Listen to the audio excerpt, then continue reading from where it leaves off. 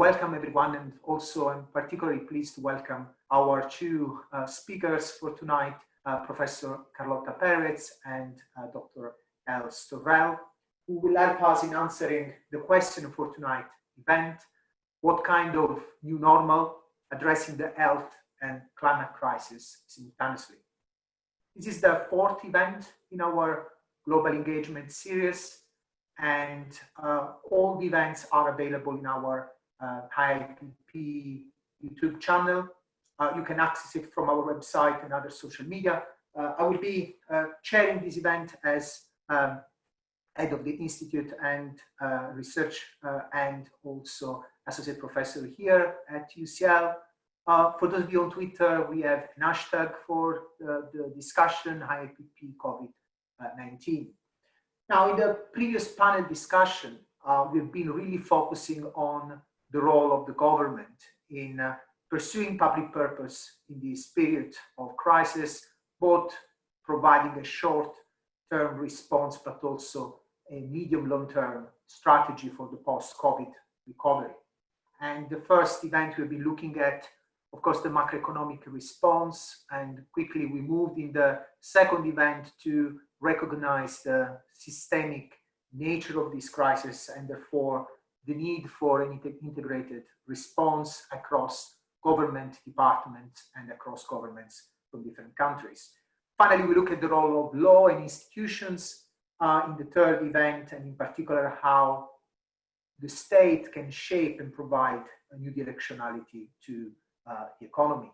Today we will develop this discussion further, focusing in particular on what we would call the twin crisis, the health and climate crisis. Of course, over the last month, the pandemic has taken central stage and has highlighted for many countries how vulnerable the health systems have become and how important it is to rebuild the resilience in these health systems. However, the crisis has not stopped. The climate crisis is still there, threatening our societies and economic sustainability. It is true that paradoxically, the COVID crisis has resulted in an unprecedented decline in carbon emission.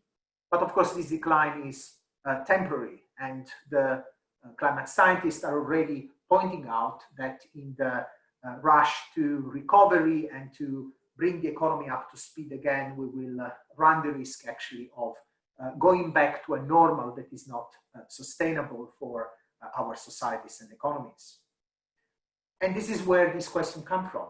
So what kind of new normal we can build in order to move from a situation where both the climate crisis and now the health crisis were threatening the functioning of our societies. And now we can build a new normal by looking at these two crises simultaneously. Therefore, we are particularly interested in understanding what connection exists between these two crises, both in terms of their roots, but also in terms of the responses that we can give to them. Our two distinguished thought leaders, speakers for tonight, have been working on these issues for several years, both as researchers and practitioners. So they will be able to give us insights on how to address this difficult question. Carlotta Perez really doesn't need very much introduction. Is a world-renowned scholar who has been producing path-breaking research, looking at the relationship between technological change, innovation, and the impact on socio-economic institutional dimensions. Her book, Technological Revolution and Financial Capital, is still a path-breaking seminal work on the role of finance and the role of technological change. She's an honorary professor here at IPP and also at SPRU at the University of Sussex, and visiting professor at LSE and Caltech, Estonia. El Storrel is a biomedical scientist and has been an advocate for access to medical innovation for several years. She's been executive director in the Medicine Sans Frontières for several initiatives, and also part of initiative through the Open Society Foundation and the Drugs for Neglected Disease initiative. So we are very well equipped tonight to engage with this difficult question. As usual, we will be starting with a series of remarks and questions, and throughout the discussion, we will be involving the audience into the discussion with our speakers. I would like to start, given the fact that, as I said, COVID-19 and the challenge posed to the health system has been really much at the center of the discussion over the last month. I would like to start with Els, and I would like to ask her what the COVID-19 has revealed about the health system in the different countries that she's been working on over the years. Els. Thank you so much, Antonio, for this kind introduction and also for the invite to participate to this very challenging debate that we have. So I thought that I wanted to start with highlighting a couple of ways in which I think the COVID pandemic has exposed in pretty dramatic ways what we actually already knew were existing dysfunctions and vulnerabilities and inequities in the way healthcare is organized and operationalized in the world. And in particular, I think it put a big highlight into what has been an evolution over the past 20 years, that actually the healthcare system, which used to be designed to benefit the people, has turned into a for-profit big business, highly profitable, highly financialized, and that has a number of consequences that sprung in our face very much so through this crisis. And so we actually have a healthcare system that is no longer fit for purpose because it has been derailed by other, in particular, financial and commercial interests. And so four main dimensions where this was very obvious. One is just looking at the public health systems, the way that even in the most wealthy countries, the health systems were caught totally unprepared. They've been massively overwhelmed. And if you look into that a little bit, and for instance, I mean, we have here in Europe seen very closely what happened in Italy, in the UK, where several of you are based. What has happened over the past couple of years is that there has been a systematic disinvestment, cutting of budgets for the healthcare system that has led to actually a more, or it is not led, it was driven by the fact that, we needed to cut budget, austerity, and thinking that, we can run a healthcare system like a business, going for efficiencies, etc. And then you end up with a half privatized healthcare system. And what we realize in the COVID crisis is that a pandemic response cannot rely on the private sector. You need a strong public health system because you need to do surveillance, you need to do contact tracing, you need to do prevention, behavior change, and all these things that we know have been part of the response, where the private sector is just not equipped to do that. But we had outsourced many parts of our public health system to the private sector, or made it so inefficient by the budget cuts that it was no longer able to deal with that. Another aspect of that, which was very flagrant, was the whole supply system. Whether we talk about the supply of protective equipment, the masks, the gloves, or medical equipment like the life-saving ventilators or essential medicines, what we've seen is shortages all over. Now, shortages that have life and that implications, of course, because the shortages of protective equipment, we have seen a vast number of health workers that got infected because they didn't have the necessary equipment to protect themselves. We've seen the level of ventilators that was too little ventilators, the lack of oxygen to give to people while it was a respiratory infection, all of that. And again, thinking back, looking back at why did we have these very complicated supply issues? Well, because over the years, all these supply chains of all these goods have been optimized for efficiencies. So we have mass production in only a few countries left, mostly China and India have been main production sites for mass production that supply the whole world with supply efficiencies that what is it called?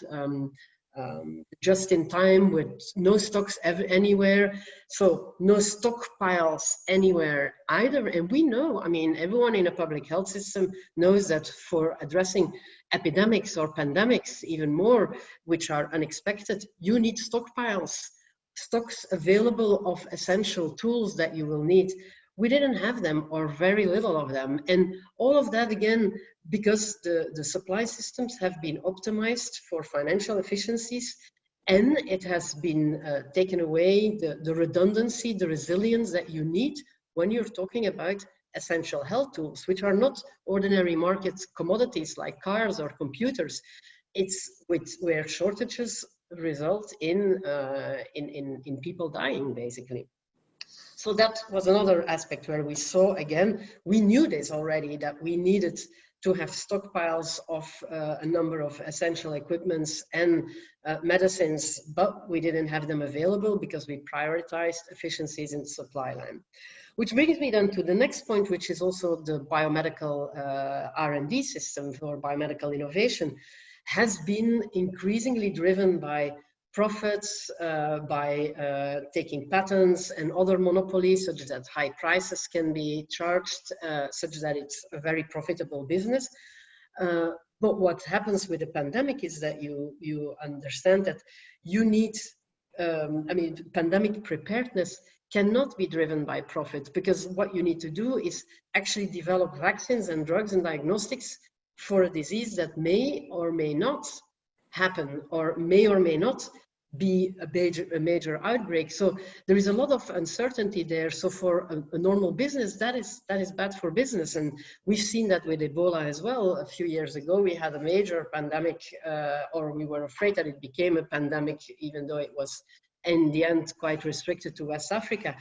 And we learned from that we needed to have vaccines and treatments available. And we knew that there was a risk for a coronavirus respiratory infection, viral infection that could become a pandemic. We had all the elements for that. We've had SARS and MERS and etc. But our profit-driven system was not fit for purpose to invest in having vaccines and diagnostics available, or treatments. So when the pandemic strikes, we are caught without any tools in terms of vaccines or treatments or diagnostics available. So then you have the start of a massive public injection of money into research and development. But again, we don't have the systems right to do this for the public good, for the public interest. We're still stuck in massive public investment, but in the end, companies will have patents and monopoly control and will determine who has access at what price in which countries. Even though this is currently a major discussion that is happening, but and we'll come back to that, there is an opportunity to change the rules of the game today from in COVID, but also for the future. But for the time being, we're still in a situation where we leave it to the private sector, which is in a totally for-profit model, to deliver the essential health tools that we all need. And all, I mean also globally, because we're talking a lot about Western countries, but the rest of the world needs these vaccines and treatments and diagnostics at the same time as we need it, which is an unprecedented situation that requires new solutions. And a fourth thing that I wanted to briefly mention without opening a whole Pandora box is, I think the COVID epidemic also has highlighted a variety of challenges around the way we view health. And what is health? Is health the absence just of disease, or the right genes, no germs in your body, or is health a much more complicated thing? And of all our solutions to around healthcare, a lot is driven towards biomedical interventions. Again, those that can make a lot of money, much less about prevention, much less about lifestyles, about behaviors. And as we've seen in the pandemic now, the reaction, given that we don't have diagnostics and treatments, there's been a lot of recommendations about how we should behave to prevent getting the disease. And then we see that, for instance, all the social inequalities raised to the surface. If the measures were taken for a lockdown, if you are in a shanty town in a developing country where people are living with a very high density, all in informal jobs, the lockdown where people need to stay home, work from home, it's just not possible in many circumstances. And so you see that how we define health and disease and the social environment for that and the measures we are taking, that there are a lot of questions that happen there. The fact that in the US, it's mostly or the vulnerable populations or African Americans that have been so severely hit in terms of mortality.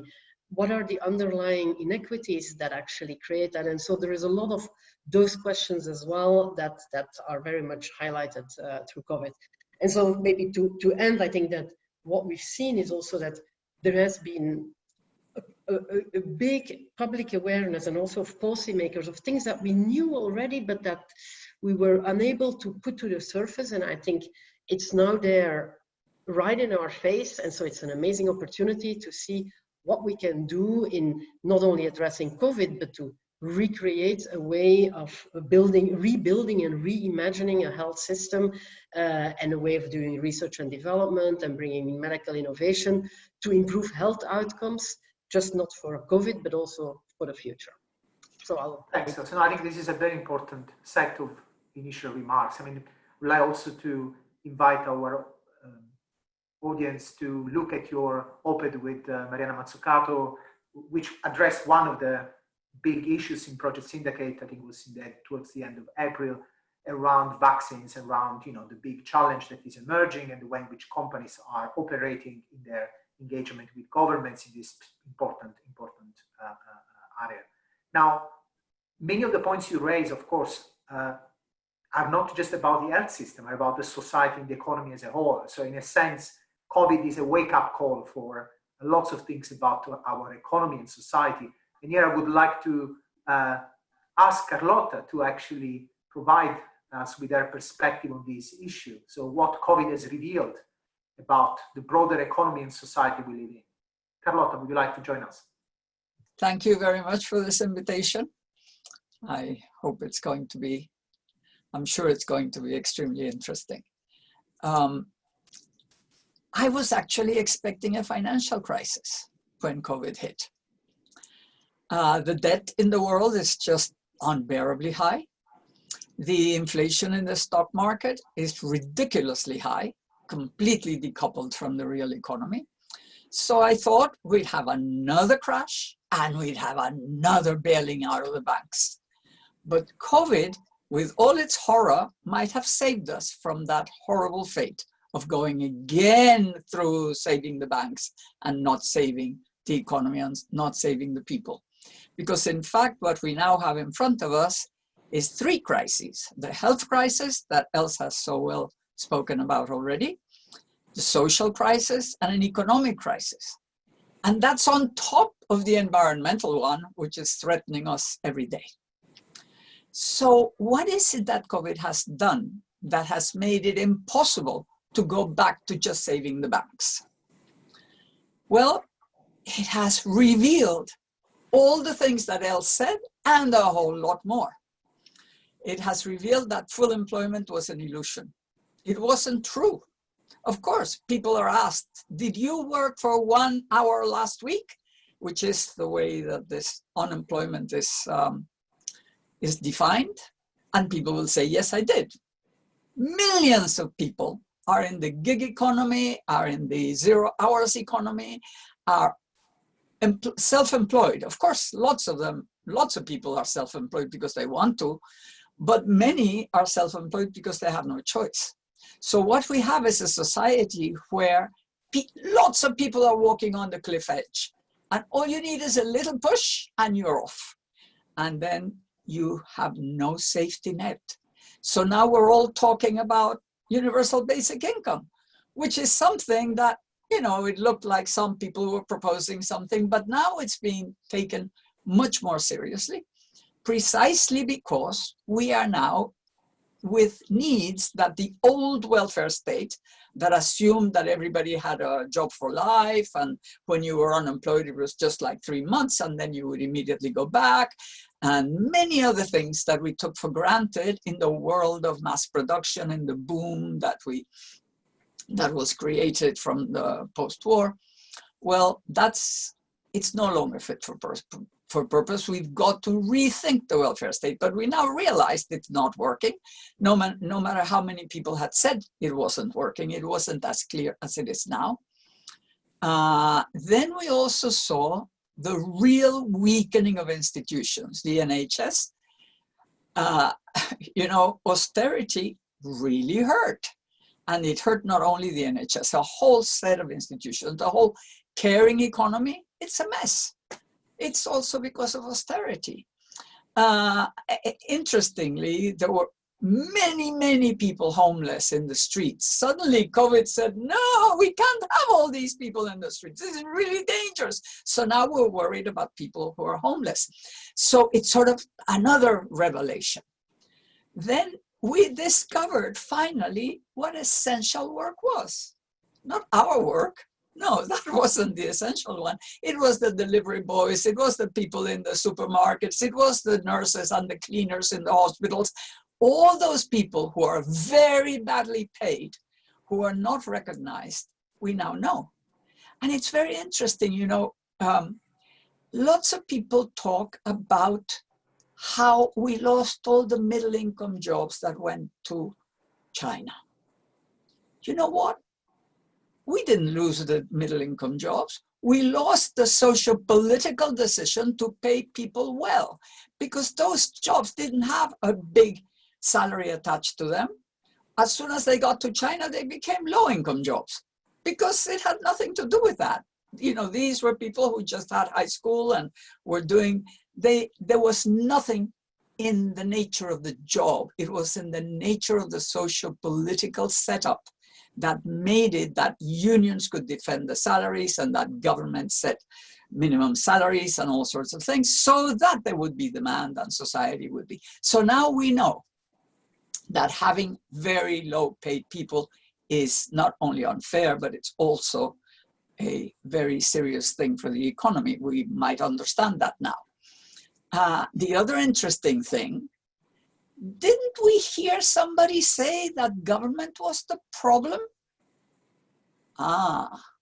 It is now the solution. What a surprise. Everybody from the biggest to the smallest business realized that government was the solution, not the problem. Of course, government has to do the right thing and has to do it well. It's not that government should control everything. What should government control? What should government do? What they should regulate? That's different. But anyway, we have now understood that we cannot get rid of government, that we cannot have little government. And maybe we will soon discover that it's okay to have debt. So what else did we discover? That we have no preparation for emergencies. Preparing for war, every government sort of does that if they think there is some chance of war. But we have lots of other things to prepare for.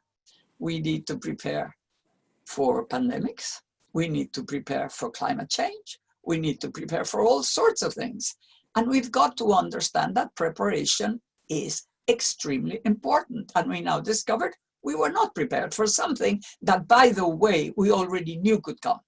Because every epidemiologist says that after SARS, and that's why the ones that did well were the ones who prepared for SARS, like Taiwan and South Korea.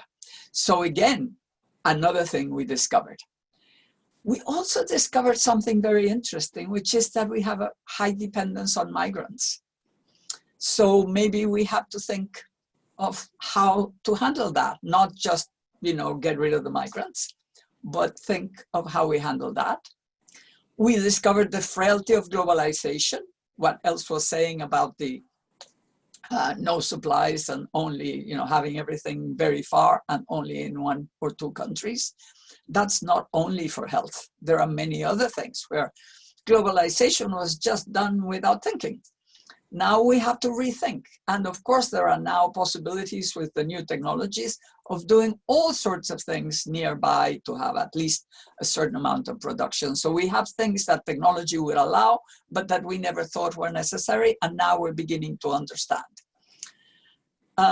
So that's a lot of things to discover just on one pandemic. You know, it's been really an eye-opener, this whole box of things that suddenly becomes so clear. So we are now in one of those situations which the Chinese have this symbol that's the same for crisis and for opportunity. We are really in a horrendous crisis that provides a huge opportunity. So in a sense, we could see it as equivalent to post-World War II. After the war, we had three huge problems. First of all, that the government was no longer requiring all the things that people were producing. We had to change radically what was being produced. We had hundreds of thousands, millions of soldiers coming back to no jobs. So, you know, something to do with them. And we had then also the need to get out of what was the crisis of the 1930s. So, you know, it was an economic crisis for which the war had been like a boost in countries like the US, but now we have this huge thing. So what can we do? We have the possibility of looking at reconstruction as renewal, as happened after the war. We can choose new directions. We don't have to go back to what used to be. That would be silly. I mean, we've just discovered that what used to be wasn't great. I mean, the inequality that we already knew, by the way, it isn't that we just discovered inequality, but that is something that has to be now looked at seriously. We found out that we're all in this together. We can't ignore it anymore. You know, pandemics or climate change or all these things. It's not little countries, you know, the nationalist little space, my little space. That's not really real anymore. And the poor and the rich, you know, the poor are very dangerous if they get ill. And you have them coming to you, delivering and all the rest. So suddenly the need for social solidarity in a local, national and global level becomes very strong, and we have to start thinking in those terms. Of course, there is the idea that government is not the problem. We've already understood that, so we have to work with government rather than trying to get rid of it. And of course, this is a huge challenge for institutional innovation. And I would say that it's become like a dress rehearsal for facing climate change. We know now what it's like to have a huge problem in your hands.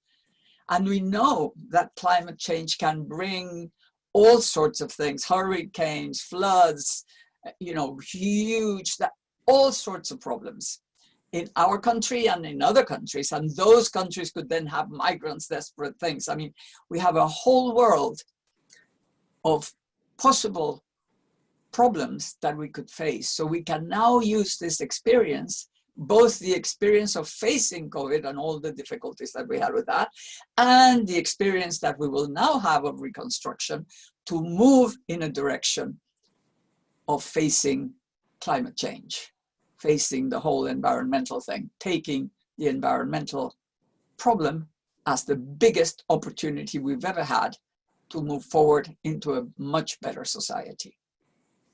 Thanks a lot. I think these are very important remarks, and you very much complemented many of the issues that Els was mentioning.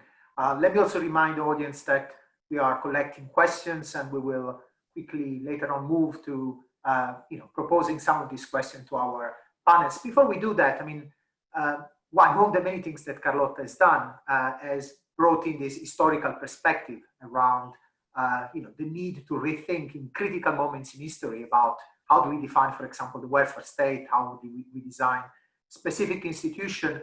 So I would like to ask Els to engage with this issue, and in particular, how should we redefine what is actually quality healthcare, given that clearly the system that exists, it's not across a number of countries, even the most advanced one, not actually fit for purpose. Els.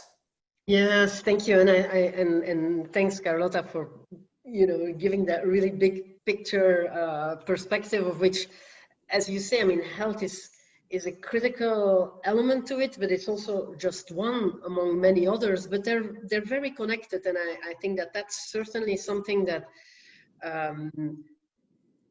we've been taking very fragmented approaches to things like, I mean, healthcare and even health innovation is looked upon like in some kind of a tunnel, and the people working on that are very disconnected to, for instance, those that are looking at innovation around climate change, etc. And there are so many communalities, and some of the points you raised in terms of the solidarity and that is needed to address those, because I mean we're only as safe against pandemics as I mean I'm only safe if the rest of the world is also safe, and the same is with climate change and etc. And also the fact that the different communities are all affected, even not I mean some disproportionately, but we're all intermixed, so we're all living together, so we can't separate that out anymore. So I think that urges us to look at it in a much more holistic way. But if I think just about the part around healthcare, I mean, we have an opportunity to kind of redesign a health system that is fit for purpose, because that word has been mentioned several times. I think that really is what we need to think about. So purpose for healthcare is improving health outcomes of people. And anything else like making money and even bringing new tools, if it's just bringing new medicines to bring a new medicine to be able to sell it, while if it hasn't any impact on health outcomes, we don't need that. So to be really very focused on what is it that we want to achieve with our health system, and so what is fit for purpose is actually a healthcare that allows everybody to have equitable access to quality healthcare. Now, quality healthcare can be defined in many different ways, but I think, again, learning also from the COVID pandemic and what we've learned before already is that we need a healthcare system that is people-centered. People, as in a holistic way, people in their environment, which is a socio-economic ecosystem, climate, etc. Not just an individual that has a bug that needs to be driven out, or a gene that is defect, or etc. So a really people and community-centered approach to diagnosing what is wrong and identifying interventions that can be of a variety of kinds that altogether improve health outcomes. And I mean, everybody knows the social determinants of health. I think they have been very clearly exposed again, and we need to get away from only biomedical interventions to a combined, more holistic approach. Of course, equitable and universal access to that healthcare is critical. And Carlotta, you mentioned today the call for universal basic income that was unthinkable, or was kind of some very far leftish idea, the fringe idea, suddenly is back on the table. Well, universal health care is also on the table, and what we have seen that all these insurance schemes that actually are either people that are underinsured, or that's not good enough. You really need to have that universal healthcare in place, independent of your ability to pay, because then we're falling back into the inequities. I think transparency is another learning, transparency around the data, the evidence on which we build our interventions. I mean, it's been, as a scientist, I mean, people have been just flabbergasted with how evidence and fake news and politics has all been blurred into something that no one knows anymore what it is, that which data, I mean, on interventions on these drugs that may or may not work, and everyone is doing trials and no one understands anymore. I mean, it's astonishing. We've never been in a situation like that, but there is also a lack of transparency and quality assurance, because there are all these conflicts of interests that come into the way that derail from being fit for purpose, which is how do we improve health outcomes of our population.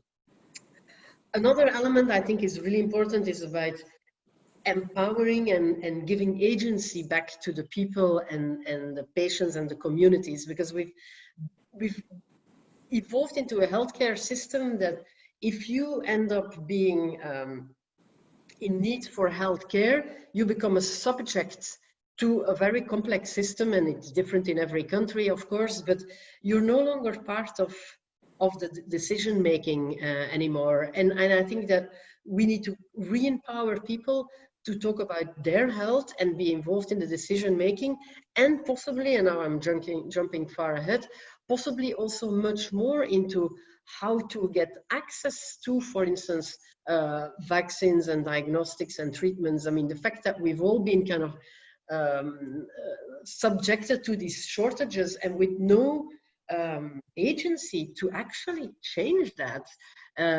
We have no resilience as communities.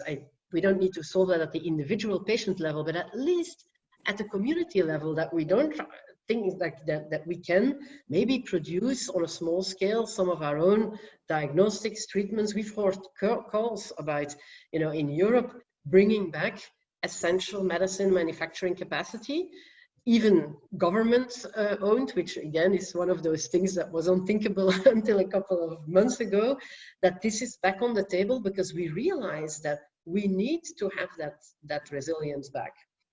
Yes, I think we will go back to some of this point around especially the vaccine and the importance of manufacturing resilience. There is an interesting question that came out from the audience that really speaks to what you were saying about the importance of looking at the the health system as in a more holistic way. The question comes from Ekaterina Brodskaya, who asks, what is your view on social care and its link to healthcare in the UK? Did COVID reveal the issue that these two systems are disconnected? Would you like to comment on that? Because I think this is something, if we look at the figures that are emerging, clearly social care and the terrible impact that austerity had on that as now the center of the deaths from the pandemic.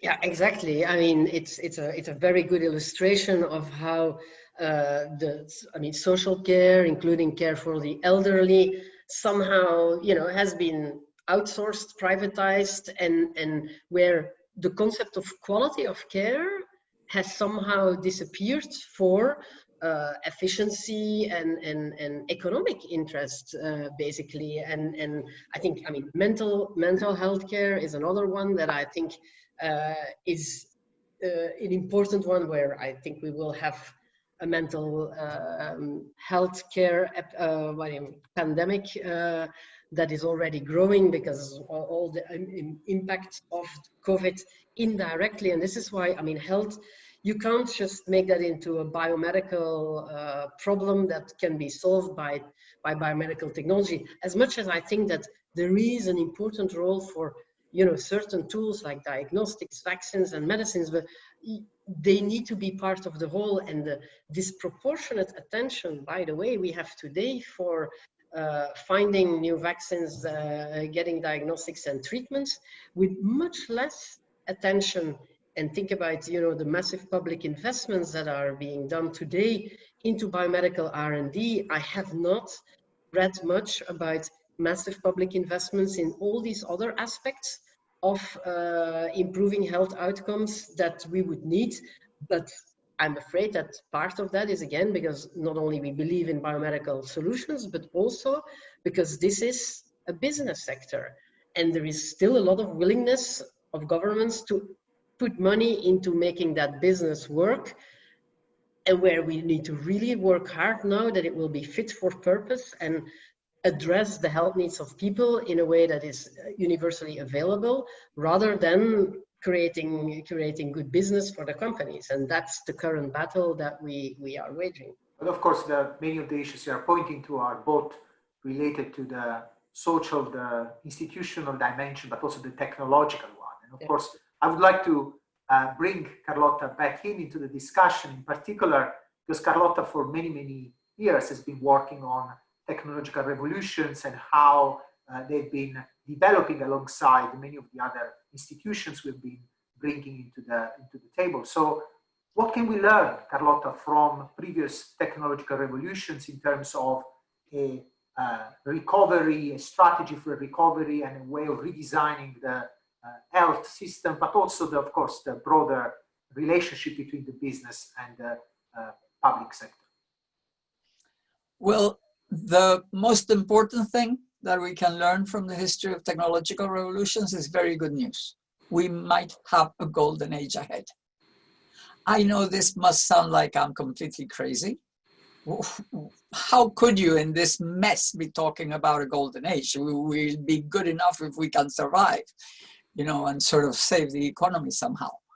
Well, what's interesting is that the golden ages, the Victorian boom, the Belle Epoque, the post-war boom, all happened after serious crises, after big financial collapses, recessions, populism, all sorts of revealing the problems in society. After decades of inequality, suddenly forces come together and they set up a better set of conditions for the economy to move forward.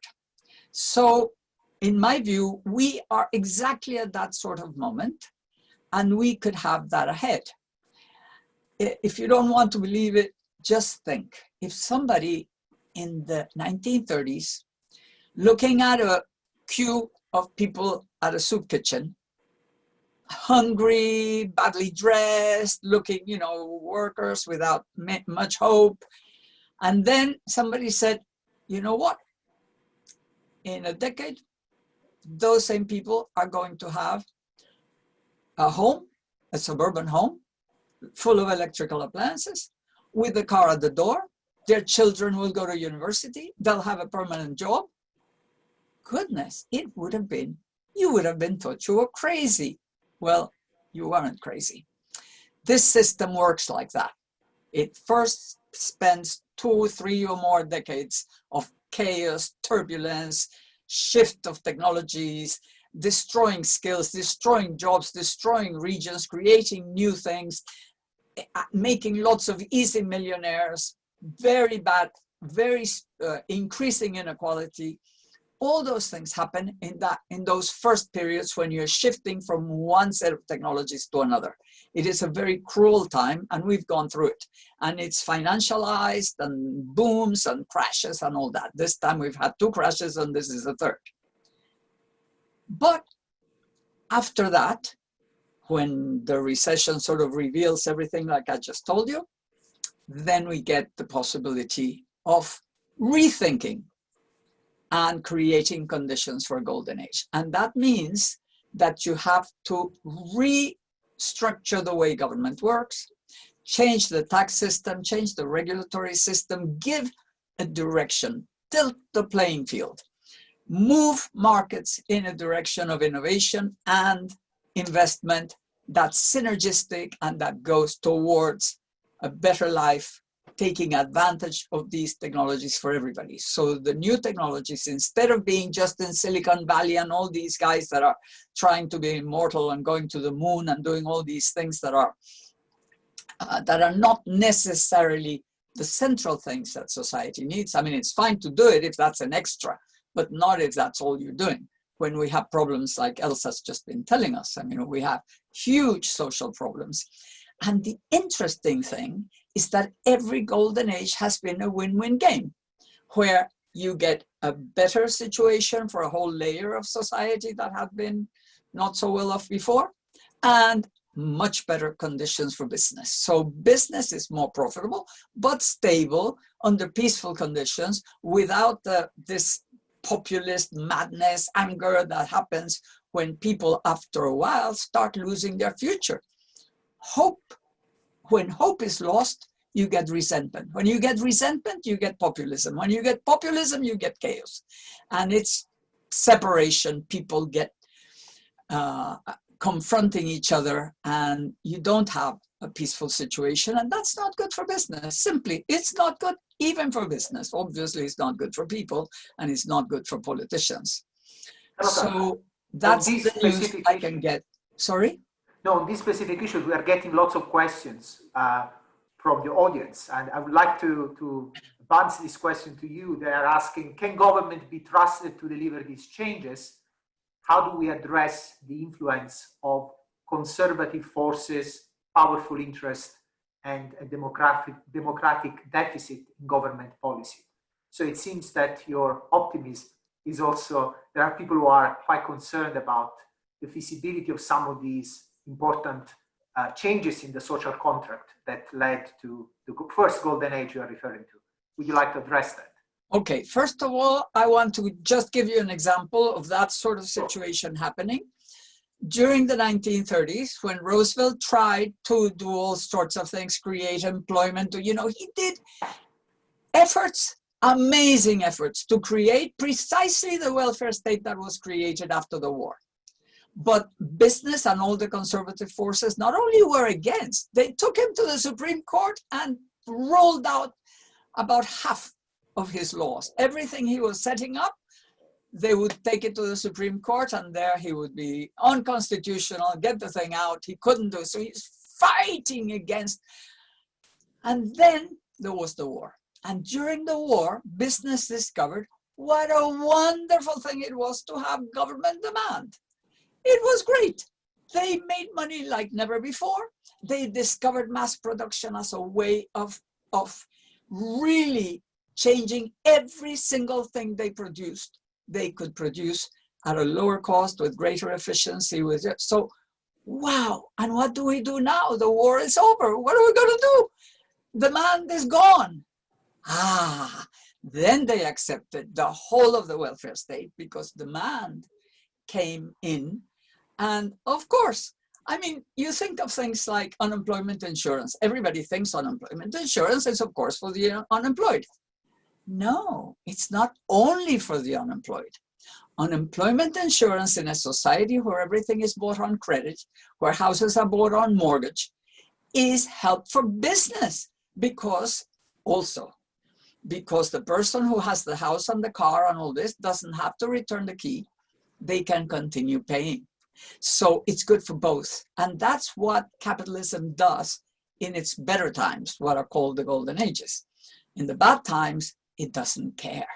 And the whole problem is because it doesn't care, it creates all these problems. Because it creates the problems, it creates resentment. Because there is resentment, there is populism. Because there is populism, the conservative forces get together, and the people who are wishing for a more social democratic future find it very difficult to succeed because there is all this, you know, this resentment creates the two extremes. We had fascism and we had communism in the 1930s. There were the two promises of bringing heaven, one in one way and the other in the other. And it's the Social Democrats who created the golden age afterwards. And the reason why they became a majority has to do well, that's why I'm saying that maybe COVID will be the equivalent of the war in some senses. It opens your eyes and it allows some of the people who were unwittingly in the conservative camp, just like I was saying before about the businesses that were they can come to this other camp and then create the conditions. And once the good conditions begin, which means that you now have demand, that you now have future, that you now offer more equality, and especially a future. You know what's horrible about these conditions now? It's that people realize that their children will have a worse life than they will. And that is unbearable. That is resentment at the 100th, because that is really difficult. So that's why they will follow anybody who will promise heaven, the messianic leaders. So maybe we do have hope precisely because of this revelation. I think Els wanted to say something. Els? Yeah. I mean, it's very inspiring to listen. Can I, Antonio, react yes, to? Please. Yes, I was going to. So I mean, I was struck by something you said about how post the war there was this and the advent of the mass production and some kind of and the globalization somehow that also started with global supply chains and markets that were broken open. And I think that in the field of medicines and vaccines and what we're seeing, I think is exactly this is what we have today. We have this handful or two handful of big companies, global corporations, conglomerates that kind of control the whole kind of production and innovation chain, mostly of medicines and vaccines. And where, as I was saying earlier, the agency has been taken away from everybody. Like even governments are not in a position to negotiate anymore with these global corporations that are multinational. So although they all have headquarters here or there, you can't really pin them down as any nationality anymore. And I think, by the way, what we see also in the current discussions around COVID is that you have this, vaccine nationalism, where companies then try to make deals with certain governments, especially the wealthy ones like the US one, but even UK or the EU, and then promise that the first, quantities of vaccine that will be produced will be reserved for certain nations, which is kind of a complete antidote to universal access, and especially to those that need it most and are most vulnerable. Can you believe that one country would be able to just hoard the first batches of vaccines, while you know that healthcare workers all over the world are the most vulnerable, especially there where the outbreaks are the most, alive at that moment. Anyway, I did digress a little bit. What I wanted to get at is to say that where we can evolve to is actually bring it back again, get away from this mass production in the hands of few to actually a much more decentralized system where many producers can be producing the essential drugs, vaccines, and medicines that we need. And I want to build to that on the technological side, because we have different technologies today than we had 50 years ago. And all the technologies that were created to ensure, for instance, the quality of these large-scale mass productions, etc. We have today technologies that allow us to do things at a local scale. I was mentioning to you, Carlota, yesterday when we spoke, you have tabletop reactors now to produce biologics on a very small scale. Instead of the quality control and the technologies that you need to assure that are very different, and they didn't exist 20 years ago. So there are opportunities to use these technologies to actually bring back agency to countries. And then I'm thinking in particular the developing countries who have not ever had that agency. They've been so dependent on these global supply chains that are, by the way, also controlled not just by the companies but also the donors, because most of these medicines and vaccines are paid by donors.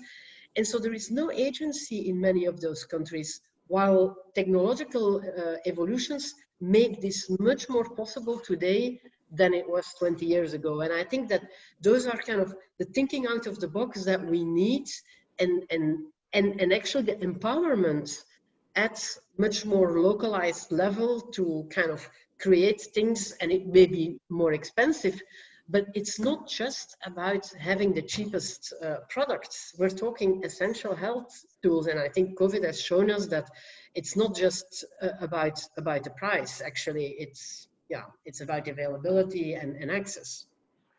If I may, we have another question that actually brought in the dimension of the global perspective around developing countries and also countries which might find different models to get into a new normal. And one specific question we had was also about if you could expand on how do we make a vaccine a global public good. So on the specifics of the vaccine, which is becoming, of course, central in all this post-recovery discussion. And of course, vaccines are not necessarily the simplest thing to produce or to diffuse around all countries. So what would be the model in that respect that you see, assuming that is going to be a vaccine coming in the next months? I think there's two different aspects to that. The first is, and you've already mentioned it, but I just want to highlight how revolutionary it is that one talks today, and not just exceptions, but world leaders, even some industry leaders are talking today as over vaccines for COVID, at least, as global public goods. This is just mind-blowing. Again, 6 months ago was unthinkable. We've been pushing for that narrative for many years in the access to medicines advocacy community, even for Ebola most recently, and there was just no openness for that. Whatever the details mean, but just the concept, the narrative that a vaccine that we all need and that protects us all in the way that I'm only as safe as we're all safe, etc. But the concept that we will consider that as a commons is just revolutionary. Then how do you do that in practice? I think, well, and I will be looking at Carlotta for the more economic thinking around that. But even technologically, I think that decentralized production today, again, with the tools that we have, is much more possible. For instance, there is a company that I happen to know in Belgium who has developed, again, technology to miniaturize, and it's not miniaturized to make it very small, but a vaccine manufacturing plant is like huge, and to kind of somehow make the technology more compact and modular.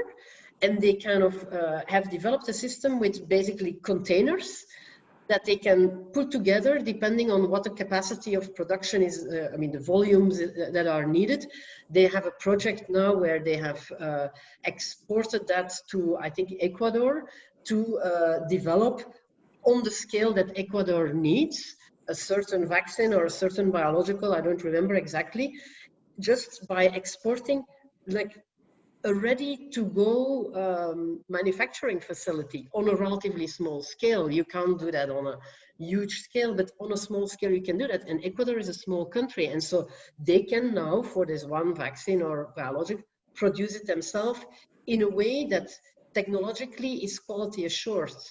The quality assurance is built into the technology. It's kind of the box that is being, and so these things can be multiplied, and again, in Brazil they have already quite a lot of manufacturing capacity for vaccines. In Cuba, in South Africa, they're building, and I think we need to encourage that, but not for those. They shouldn't kind of get into competition with the current model with the vaccine producers. That's never going to work. But it's where we need to think out of the box and not try to have local production as a part in the current competitive world, but say no, we need to invest in that massively as a public good, as a public commons. Maybe the capacity for manufacturing too needs to be a commons rather than a private manufacturing. Let me, this is a very, very important issue, because also some of this discussion have emerged in the debate around how we address the climate crisis, right? There are a number of technologies that are potentially available, but of course, what does it mean to change the energy technology mix in many developing countries and developed countries as well? So I would like to go back to the other part of the crisis we started with and ask Carlotta, in her optimist vision, she gave us an idea of a potential smart green growth new pathway. And I would like to ask her to elaborate a bit more on that. I would like to start by connecting up with this discussion about small and big and all this. It's very important to understand that mass production was necessarily about big units producing identical products in enough quantity for it to be cheap. That's precisely what they discovered during the war that I was talking to you about before.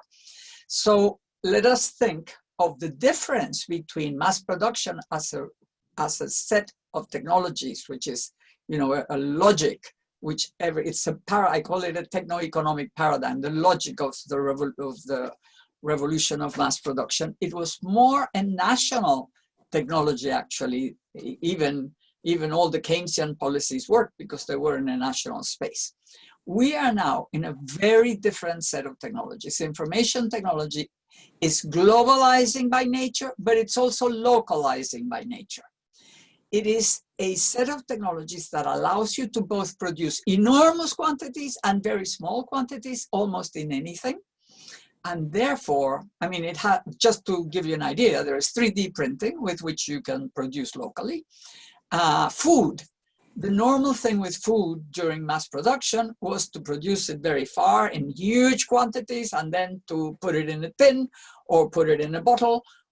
So you use energy and you use materials and you use all that to get you the same thing that if you grew it in your garden, you would be able to not have any of that and just eat it, cook it and eat it.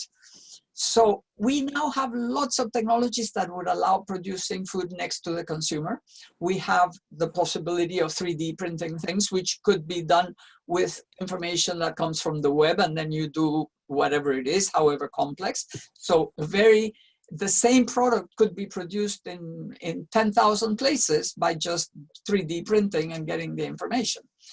At the same time as it can also be produced in a much bigger facility than the ones that used to be used before. So we have this technology, which is very peculiar. It's neither large nor small. It's both large and small. It depends, and it can be intelligently used. Disadvantages of very large, like in China, the size of some of the factories in China is probably 10 or 12 times what it used to be in the US or in Europe. And they not only produce more volume, but they also can change models, which is precisely the difference between the old mass production, which had to be identical things, and the new volume production, which can have variety, which can even be customized both in quantity and in qualities and so on. So this is a very powerful set of technologies. It can allow us to practically do whatever is best. And that best, I think it's very dangerous to decide or to think that we have to get rid of globalization, because we actually need government also to be able to be at all the levels. We need much more devolution to local communities, to local governments. We need almost to have local governments become like industrial strategy and service strategy and wealth creative strategy and social welfare and things, to have the community become a very important unit.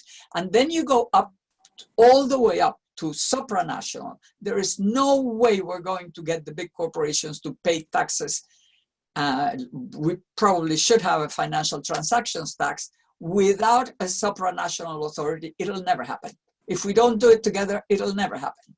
And the same thing with many things. We need, even climate eventually will have to be faced collectively. We just saw this pandemic. I mean, even what else is proposing is a collective thing, many governments working together. Otherwise, the corporations are stronger than governments, than any national government. Even the US is not strong enough, and also it's sort of internally controlled. But anyway, the thing is that the possibility of rethinking government to become a multi-level thing, where the national government is like a broker between the supranational and the local, that would be a much more adequate way of organizing government for the age of information. In the age of mass production, governments were structured exactly like General Motors. They had divisions, they had structure, they had division of labor, they were very bureaucratic, and bureaucratic actually doesn't have to mean what it now means, which is heavy and cumbersome and so on. It was extremely efficient when it was the best way to organize yourself, before we had computers, before we had the flexibility that we now have.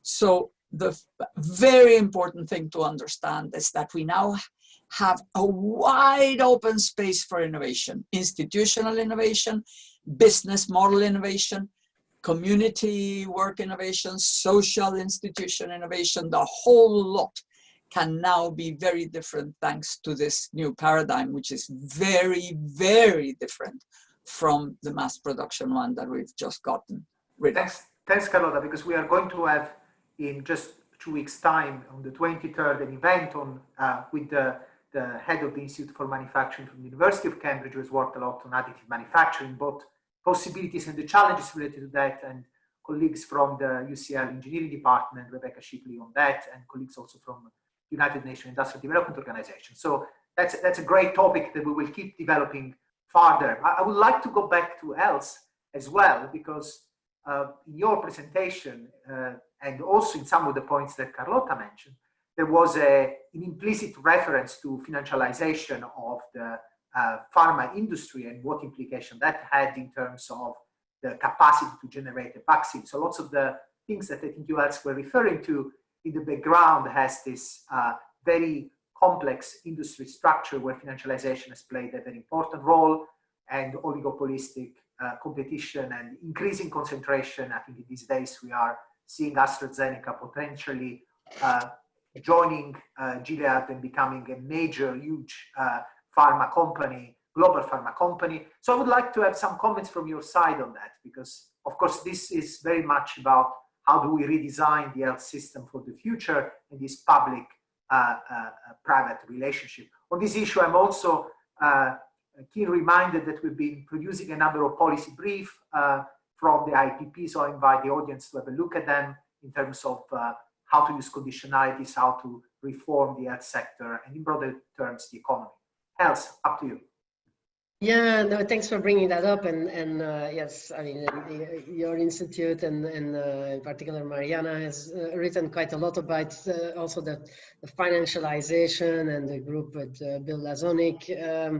And I think, I mean, it's fascinating how these very, very rich and powerful companies that also claim that they are the ones that can innovate. I mean, when it comes down to having to do it, they need government money to do it. I mean, these are extremely rich companies, but without massive investment, injection today of government money, they wouldn't even bulge. And so today, and I don't know whether you've followed that dynamic between it was Sanofi. Sanofi considered still a French company, despite being a multinational, but with some strong French roots. They, at some point, they also have a vaccine candidate, I think, and they made a deal with the US government because the US government is buying their first rights of having to be able to buy the vaccines with all the companies, supposedly investing in the R&D, but I think even though, again, no transparency, we have no idea what is in these agreements, but we can assume that it's also buying the right to get a certain number of batches in priority. And so the US government had made a deal with Sanofi. That was leaked, at least in the media, would mean that the first batches, if the vaccine of Sanofi would be working, would go to the US. And of course, the French up in the air, and that's not possible. I mean, well, because it's well known that there is a lot of public subsidies and all kinds of facilitating conditions to Sanofi in France. And what does the CEO of Sanofi say? Well, I mean, Europe has only to also offer us, money, or I don't remember how he formulated it, but basically kind of saying, well, we are just a business. We respond to the financial incentives. What are you waiting for Europe to also offer these type of incentives? And what happened? Well, in the last few weeks, there have been several declarations from either the European Commission or several European governments who indeed are setting up new publicly funded innovation initiatives for R&D, etc. And so, despite these companies being so rich and wealthy, somehow they only develop public health goods for a pandemic if the government pays for it. And so I think that even strengthens the case that we've been trying to make for many years, is that governments need to attach some strings to that, and the strings need to be rewards for the investments and the risk taken by governments in terms of access and affordable access for the population. But today that hasn't yet happened, and companies are very reluctant to that. Another proposal that is on the table is to ask companies to pool their intellectual property / technology knowledge into a knowledge pool, technology pool, in a patent pool, whatever it's being called, such that if any of these technologies work, that they would be freely available for licensing, for non-exclusive licensing anywhere else, which in a way, it's a good idea, except if companies don't do it because it's totally voluntary, you will have a pool with all kinds of technologies that may not contain the ones that you actually need, because those are the ones that today still make a lot of money. So I personally don't see a solution because of the financialized nature of these big corporations, except with strong government regulation to at least for priority health needs that, by the way, are not a strategic interest today of the companies. I mean, look at their portfolio, look at their R&D priorities. They are not where the major health needs of the world are. So let's create maybe a parallel system that is much more public interest focused, and where the dynamics, the power balances between governments who invest money, and we can work with private sector as partners to do something for the public purpose, but not letting them determine what to do for whom and at what price, because it doesn't work. But maybe because they don't do so much that is really for the public interest, there is an opportunity to not be too confrontational, but develop, as we've done for Ebola, as we are now doing for COVID. Honestly, it's a public driven initiative, or multiple, but we need to then name them as such and govern them as such, and that I think is still missing. And that's what the paper that Mariana and I published together in Project Syndicate that you mentioned, that's what it's about. You need collective governance in the public interest to make those partnerships work. Before I go to Carlotta, I'm sure she has lots to say about this point. Let's just remind the audience that we are still collecting questions. We have a few here that we will pose to our panelists pretty soon. But Carlotta, would you like to react to that point? Well, I want to react to the question you had made before about smart green growth. Okay. The basic thing is, because of course I agree with what Elsa and Mariana have been saying and what she says now, but I think we need the big picture. And the big picture is that in order to get a golden age, you need government to tilt the playing field. You need a strong tilting in some directions.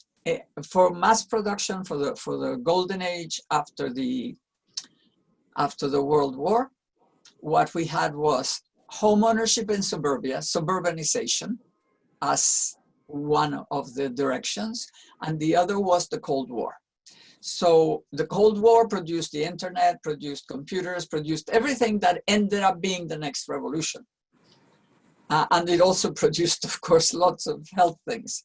But anyway, that was one direction for innovation and investment. And the other one was extremely important because the first one was government procurement, but there was also a lot of demand coming from, as I mentioned before, the home owners in suburbia. So you had this whole world of, thanks to the automobile, it was possible. I mean, we now think it's guilt. You know, the automobile is what's created all our problems, but that's what created the good life then. So we had the automobile opening the territory for having cheap land on which to build cheap houses that could be bought by people on salaries. And before that, of course, you had the cities, you had the train stations, you had the tramways, you had bicycles, you had horses, you had your feet, and that was it. You didn't have the possibility, of course, you could do with a horse if you lived, but that's the country aristocrats or something that had all these drivers. But people lived crammed in cities more and more and more until this wonderful possibility was open. And as it was open, you get this win-win game that getting enormous amount of demand from everybody who had their new house to put all the appliances inside, all the furniture, the TV, then you had the advertising on the TV, then you had the shopping center, and you had the car, and you had all the things that are needed for a house. All that was demand, demand, demand. And then the refrigerated food, and then all the plastics for all the packages and all these things. All those people making money, and everybody being happy because they were mobilizing and they were leading better lives. Of course, possessions, possessions, possessions. That was the goal. And you were supposed to shop, buy, buy, buy. Well, of course, you need demand in order to grow, but you don't have to demand things. You can think of now a completely different lifestyle, because every single one of the revolutions that we have had has led to a different lifestyle. There is a complete difference between the Victorian lifestyle in the urban thing and the cosmopolitan lifestyle in the Belle Epoque, where people were going to theaters and restaurants. I mean, the whole thing of restaurants, hotels, travel, reading, music halls, all these things, paintings, this was a world, of course, of the upper middle class and above, but a lot of people working in all those things. So you got employment, and so that was it. Then you get what I was just talking about in the fourth revolution, the mass production revolution with the automobile. You have that lifestyle, the American way of life, which we all know and which was spread all over the world, and unfortunately is still being copied by the emerging countries. But we need a different way of life, and it has to be aspirational. It cannot be that you're going to be green by sacrifice or by fear of what's going to happen. It's got to turn into the best life, the good life, the life that everybody wants. And that is going to be a life that has much less possessions, that doesn't waste anything, that's centered on health, well-being, exercise, nutrition, good food, travel with your feet, with your bicycle, exercise, and we will hopefully discover ways of traveling long distance with less, maybe with solar power or who knows. It'll probably batteries, maybe fantastic batteries that'll be enough for us to travel long distances. Don't forget that we have a whole world of innovation that's going to go, if we give that direction, is going to go into what I have called smart green growth. And it's smart because it's based on the power of information technologies. It's green because it goes in the direction of saving the environment and making life better for everybody, no pollution and all the rest. And it is growth because without growth, we don't have enough wealth to lift the whole of the population into better lives. But it doesn't have to be based on destroying the environment. Growth doesn't necessarily imply things. You can grow even in the horrible measure that's the GDP. Services are part of growth. So we have care, and we have creativity, and we have all sorts of things that would be part of this new way of life, where we would be living in a sustainable way, and it would be socially sustainable too, because we have to have both things. We have to have a safety net that does make people live safer life, have security, but also a very important thing. This is the age of knowledge. This is the age of information, and people who don't possess knowledge, or who don't possess cheap access to internet, who don't possess tools with which to access internet, they're out of the world. It's like you don't exist if you don't have that. So there are things that we have to worry about in order to incorporate everybody. And that includes low-cost internet, and that includes a new aspirational way, which will be supported by government policy, so that investment will go in that direction. What these directions do, when I talk about direction, of course, they're about regulation, taxes, changing the relative cost structure of things. It's all the things that government does government has the power to change the playing field so that it's more profitable to go green than to go the old way.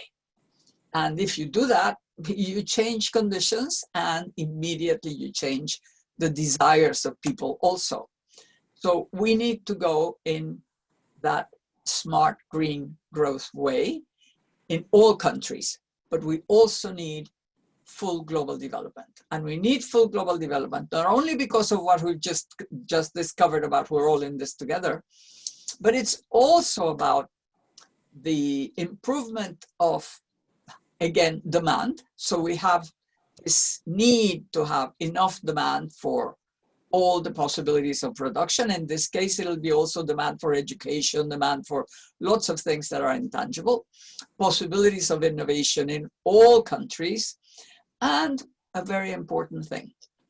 If the whole developing world were to start moving in development, first of all, they wouldn't have this brain drain that they get by all the migrants, everybody, you know, all the doctors and all the engineers and everybody wanted to migrate.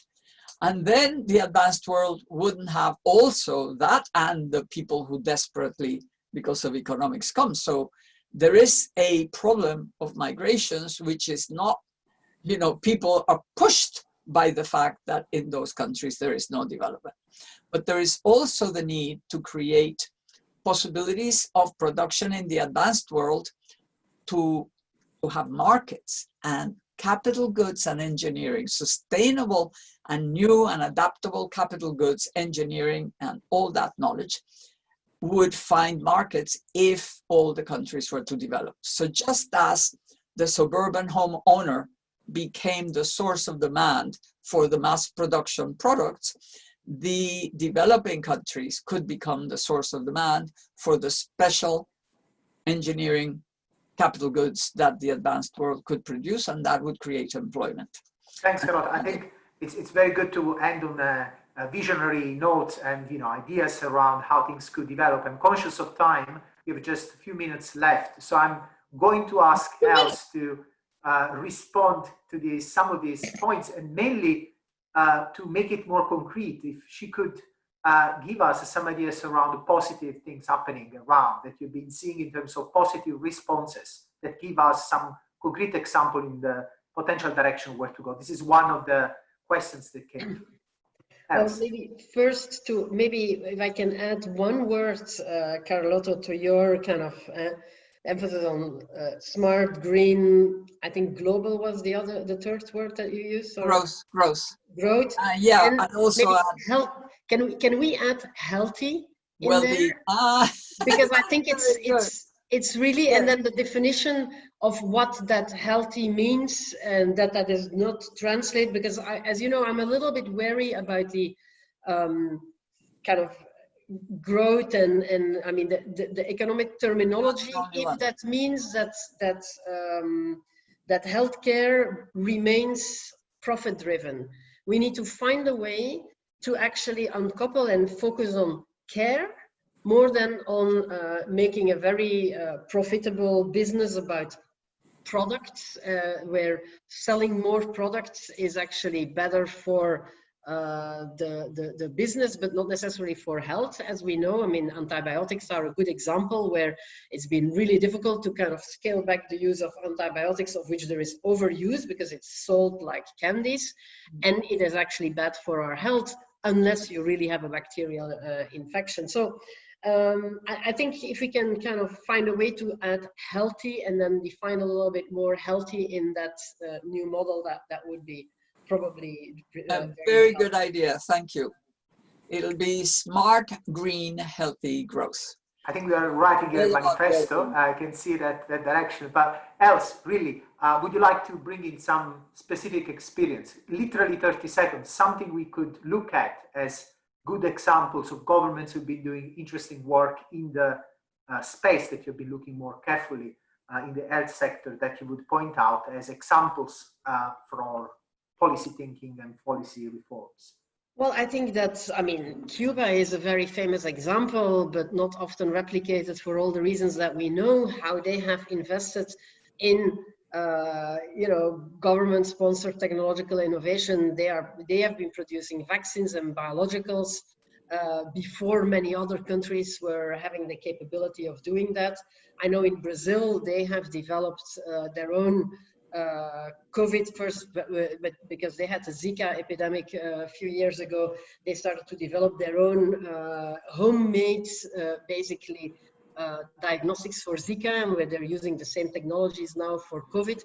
And I think that those are really good examples that we need to make sure that they do it in a way that is sustainable for their health system, and not trying them to have them compete with the global actors, because then we all fall back into the kind of competitive sphere where it's then a race to the bottom in terms of mass production to get lower prices, but actually have local needs driven development of diagnostics, of vaccines, etc., which is already happening. And I think we just need to expand it, but avoid that it becomes a rat race, as we've seen today in many other areas.